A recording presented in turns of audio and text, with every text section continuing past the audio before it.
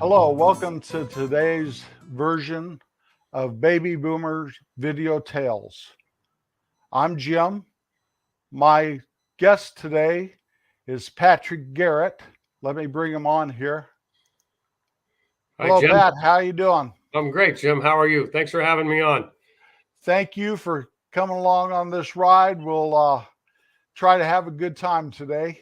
We will. That's what it's all about anyway. You know, if you don't enjoy the ride, why take it? Absolutely. Well, I enjoy your podcast. It's so great to listen to. So great. Well, Patrick was born and raised up in my home county. I guess you were born up there. Were you born in Kremlin? I'm a product of Kremlin, Colorado. You betcha. There you go. Dr. Sariani? I believe it was Dr. Bear, but that particular Dr. day, Bear. I think. Yeah. Okay. I think, Well, yeah. Sariani got me, brought Yeah. me into this world kicking and screaming. And you were raised in Granby. Sure enough. Where did you guys you may know this. It was before you were born. But where did your folks live before they moved on the hill next door to us? Do you know that? Yeah, that's interesting. My earliest memories are of living in a trailer down by where one of the auto parts stores is now. But that house that we grew up in next to your house was my grandmother's house, my great grandmother's house on our car lot across from the Ford dealership. So then my father moved that house up onto the hill there, or somebody else did, I think, and then he bought it from them. So I'm not sure if they lived in that house before, but like I say, I came into the picture when we were just transitioning up there. So I honestly don't know. I'll have to ask my dad where he lived before that house. Well, Clint Metzler moved in there when they moved that house up there, and apparently he was the bookkeeper at the Ford garage.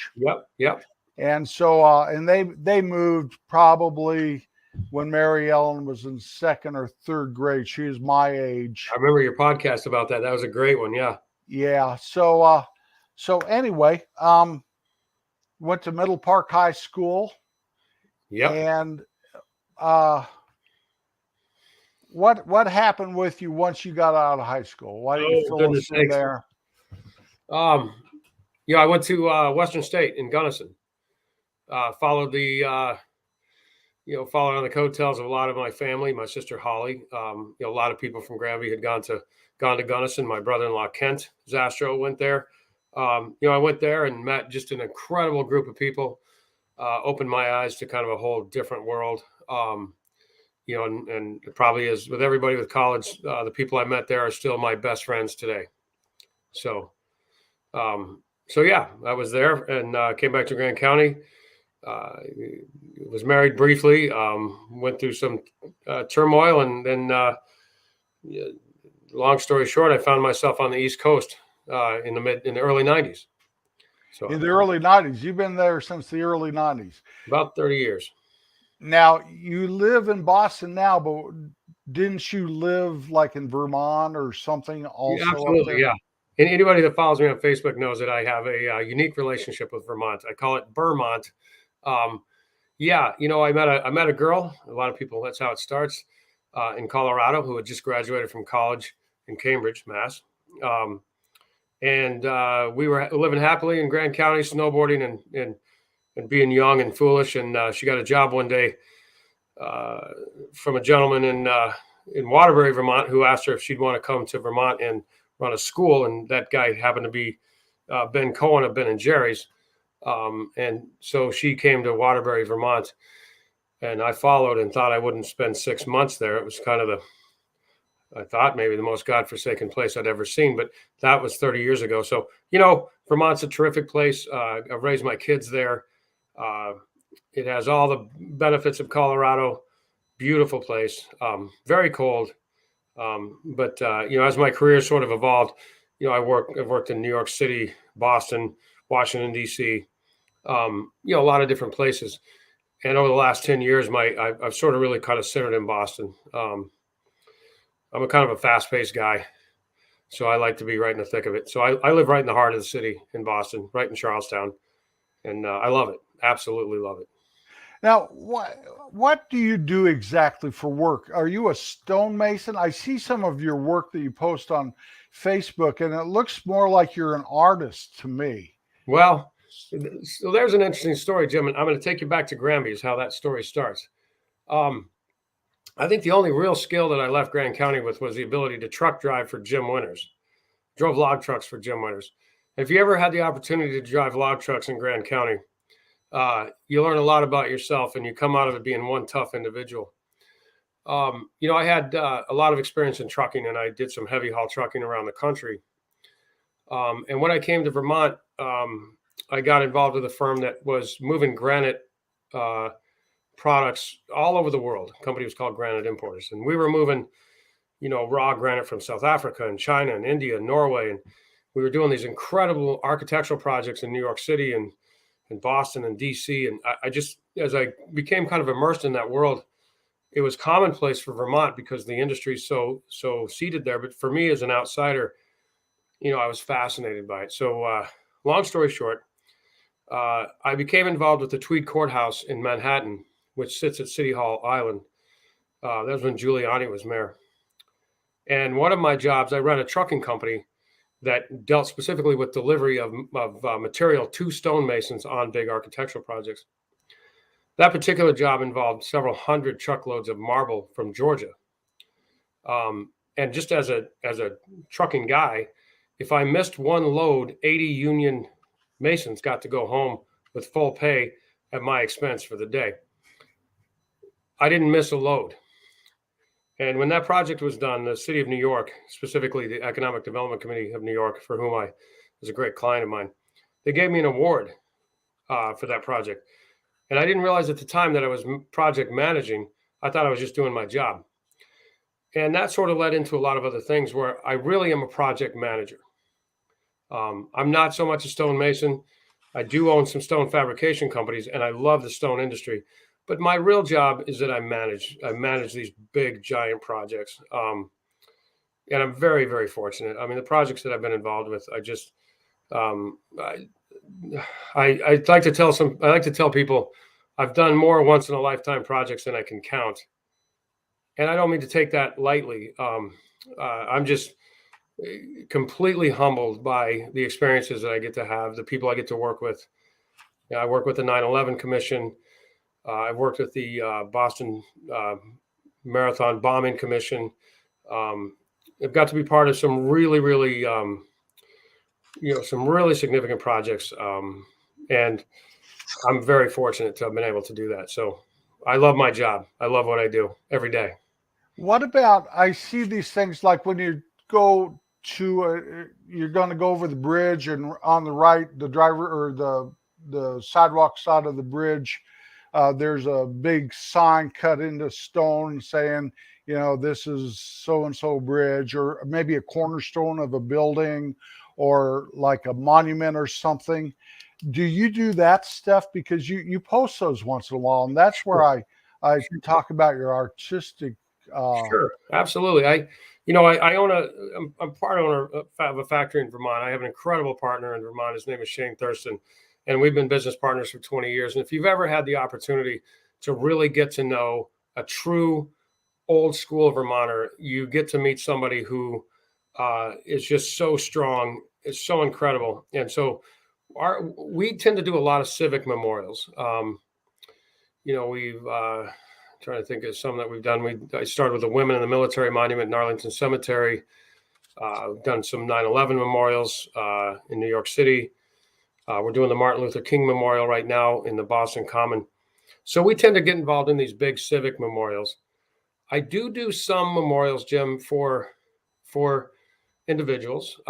Usually, I do a lot for kids that unfortunately pass away from cancer. I kind of have a thing where I do help the families out there, and we'll every once in a while, do some individual monuments, and we enjoy that. I mean, to help memorialize somebody through a tough time is it's really a fulfilling thing, for sure. So do you actually do that work, or do you just project manage it? So when it comes to some of that type of work, no, I do it. One of the things about Vermont is we have, we call it the granite capital of the United States. We have some of the best carvers in the world. So I'm a smart enough guy to know when I'm not the smartest guy in the room. I have access to a lot of talent. So, yeah, I do a lot of handwork. I would consider myself a carver, but that would be a disservice to those that are the true carvers. People like Sylvain Mativier, gentlemen like Cecchinelli, your contemporary sculptors. All of them do work for me. But yeah, no, we do a fair amount of handwork that I do myself, and I enjoy it. I did my parents' headstone in the Pharaoh Monument in Granby Cemetery, and I also did my parents' headstone in Grand Lake. So I enjoy doing those. It's kind of a Zen thing to be able to work on stone. It really is. So your parents had stone. It's one stone, like with your mother's, and then your dad's name without his date of death yet, because your Right. dad's still alive. How Right. old's Fred now? Fred's going to be 92 in July 13th. 92. I saw him several years ago. He's doing great. He's amazing, Jim. We're lucky to have him. He's so sharp, and he loves your podcast. He loves everything about Grand County. He played a central role in so many things, and he remembers everybody and every ranch, and he just has some very great stories to tell. So, well, your family history of Grand County goes way back, probably before your grandpa Glenn, right? yeah. Where does your family history start in Grand County? Well, our family history in Colorado actually begins, the earliest kind of note is about 1863. One of my grandfather's great grandfathers was a gentleman, Conrad Moschel, who was, as my grandfather would have said, got a haircut in Franktown, Colorado in 1864. It was one of the events that led up to the Sand Creek Massacre, which was a horrible, horrible thing. And that was on my grandfather's kind of maternal side. The Pharaohs came into Grand County in 1878 directly from England. They brought a herd of Hereford cows up from Houston, and they settled in the Blue River Valley near where my sister Shelley lives now, and settled the post office that was known as Colorado at the time, named after the local Ute chief. So it kind of went from there. So where your dad's house is now, because he moved out of Granby, went over to Lake Granby and built a house back when your mother was still alive and all that stuff. Yep. But didn't the Farrell family have a ranch where the lake is now? Absolutely, yeah. So my great grandfather, Henry Farrell, my grandfather's father, he passed away very early, young after my grandfather was born. And my great grandmother, moved to Grand Lake and was a school teacher and had a sweet shop. And she married a guy named Jack Shills, who was from upstate New York. And Jack was a guy who brought a lot of the Adirondack style to Grand Lake back in the early part of the century. And it was Jack Shills who got the Ford franchise, and who also owned the ranch where Lake Granby is now, just a couple ranches down from the Night Ranch. And so when the lake was built, they did a property exchange where we had Sunset Point, where my father's house is now, and all the cabins that are there. And my grandfather subdeveloped that. My mother likes to tell a story. When she was a little girl and they were coming along and surveying for the dam, she and my sister, her sister, would ride out and pull up the survey stakes when they were little girls on horseback. And I think that kind of shines a little bit of light on my mother's kind of rebellious spirit. Her sister's named Mary Ann, right? Mary Ann, you betcha. Yeah, I remember her. Yeah. Yeah. We lost her just 2 or 3 years ago. Just a wonderful, wonderful woman. Miss her very much. Miss them all very much. Miss your mother very much. Some good people. Here, yeah. Time goes on. I wonder if anyone will ever miss us, Patrick. The bill collector, the people I owe money will, I imagine. I don't know. But yeah. I always figure they'll kind of miss me like a pebble in their shoe, Yeah. That's it's there, but then it's not. Now, your dad came from Oklahoma. When did he do that? Great that's another great story. My father, and I'm sure that most everybody that might listen to this knows him. My father was born in 1930 in the Dust Bowl in Oklahoma. Um, has a remarkable story about growing up in Oklahoma. And, in the 50s, when we really started drilling for oil, he came to Grand County and to North Park running drilling rigs for oil development. And then he came up there and he met my grandmother and ultimately met my mother, and they got married. Great. Yeah. You talked about the Hereford cattle. Last time I was up there, I saw no Hereford cows, not one. And I saw Sandy Lynch. I asked her about it, and she started because not Sandy Lynch. I'm sorry, excuse me, Sandy Linky, and she started telling me something about black cows had more meat or something on them. I'm not sure.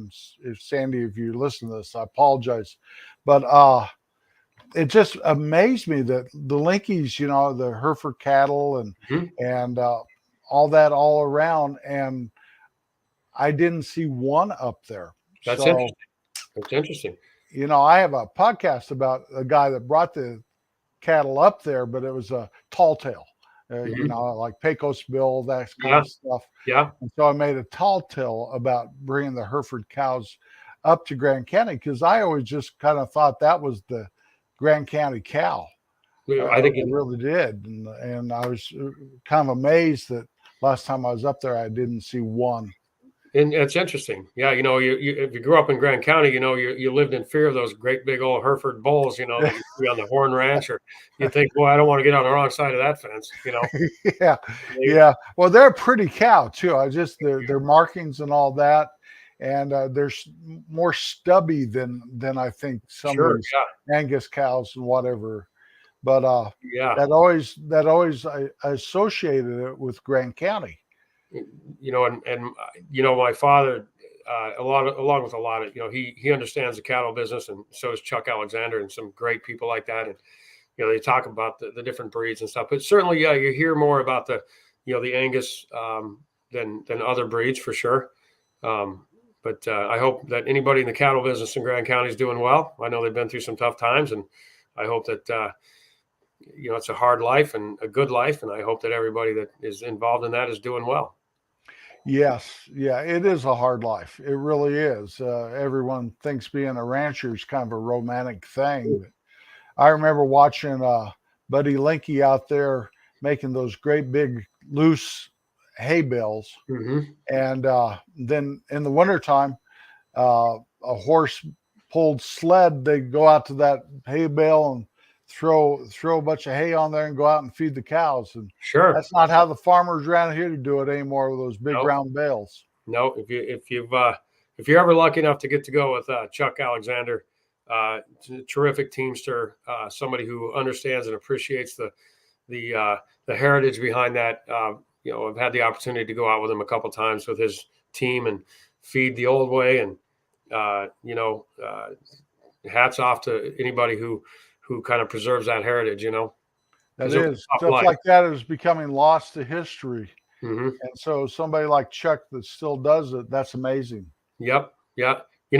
I think about, growing up in Grand County and how that might have played a role in what I've done. But, one of the things that my father said way early on was we were talking about the idea that somebody might be unemployed. And he kind of thought about that for a second. He said, well, if you're ever out of a job, just make one. That's right. That's kind of how we were raised in Grand County. And, I do run a union masonry company in Boston, and I have both a Colorado sticker on my hard hat, a Denver Broncos sticker on my hard hat, which you can imagine in Patriots land what that means. But I also have a sticker on my hard hat that is from a wounded vets organization that I support that says, there's nobody coming, it's just us. And that somehow kind of reminds me of growing up in Grand County because, we just had to make everything happen. We had to be vertically integrated. And that's what I like about the people from Grand County in Colorado is they don't wait for somebody to solve their problems. They do it themselves. Yes. I don't know if that's becoming a lost thing, though. that Grand County Facebook page is a lot of those folks are not there anymore. They're, It's true. off kind of like you and me. We don't live there anymore. And it was a special breed of people, our ancestors. It sure was. It was, and it's something you talk about often, Jim. Is your time in in the old store, in the CELAC store, where your father had the store before, and I worked there too, in the parts department for my grandfather, and I think about the community that we had then, and all the people that came through those doors, and the way the floors creaked, and doing the inventory, and looking up at the tin ceilings. And I know you shared a lot of those same things, hauling things up and down those stairs, down to the dirt floor in the bottom. And you talk about that a little bit. And I've just, that just resonates with me so much, because I think I shared that same experience. That coal furnace was an amazing thing. Oh man. I burned so much trash, the box tops, in the grocery store, that thing came in a cardboard box. You cut the top off of it so you could stock the shelves, and there'd be hundreds of those box tops I'd have to burn on like a Thursday and a Friday, because truck day was Thursday. I guess that there's a very nice shop there now. It just opened. A lady named Autumn Bishop has opened it, and it looks like it's very, very nice. Next time I'm there, I'm going to stop by and I want to stop by. Yeah. What a great history that building in particular has. I love,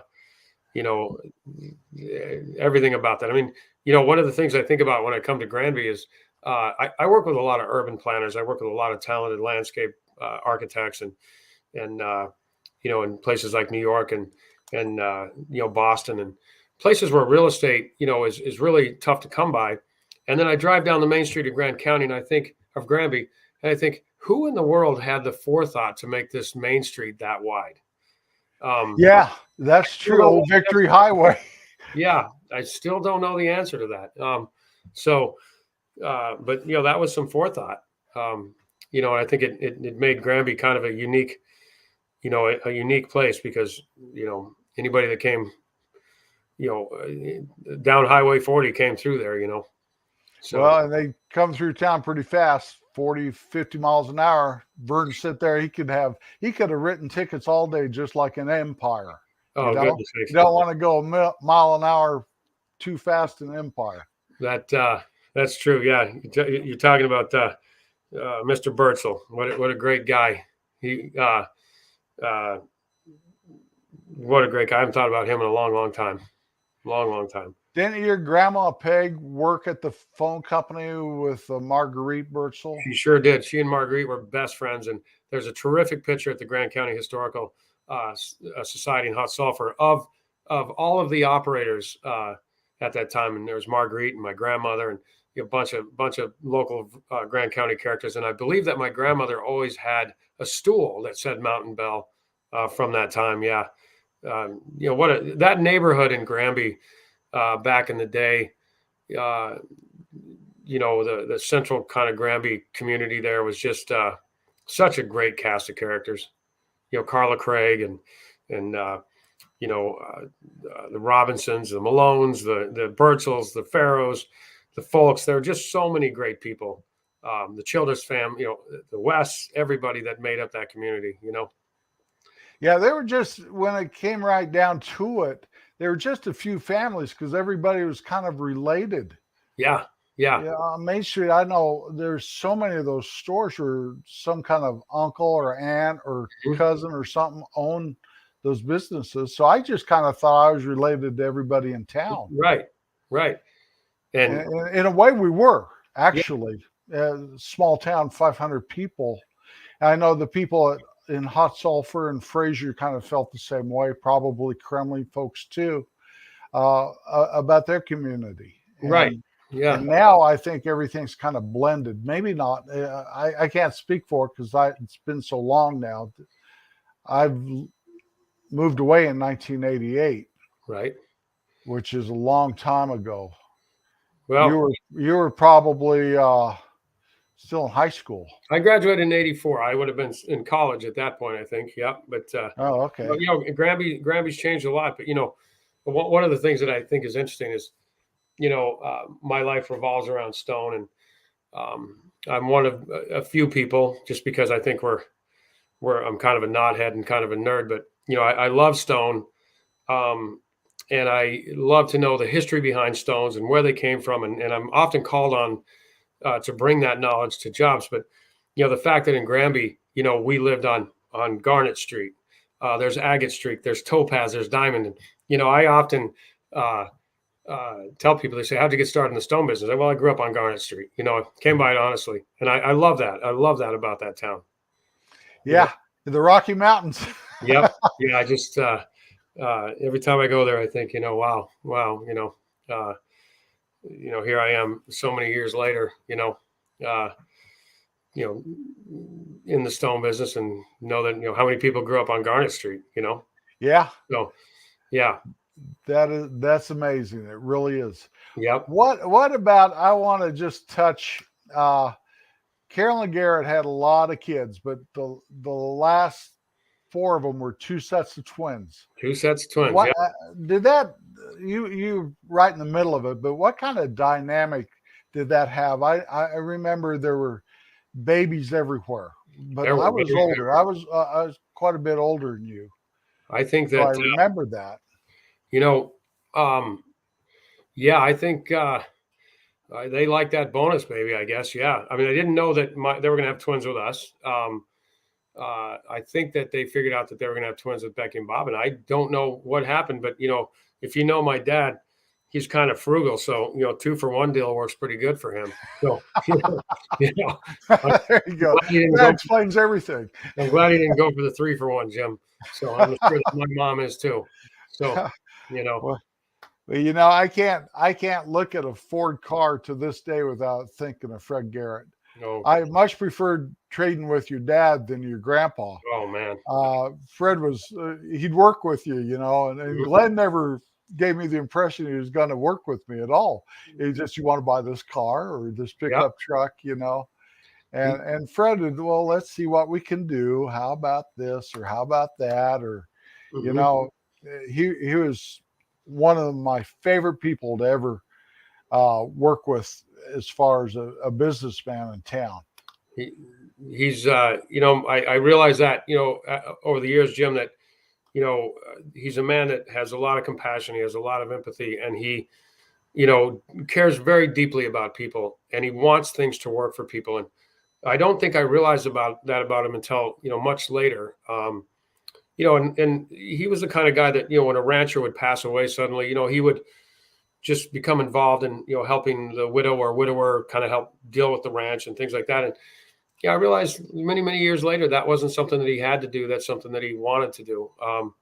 And I've learned a deep appreciation for that man, for sure. You know, he wants things to work out for people. That being said, I'm very glad I'm not in the car business. I'm Well, I think he was very successful because of that.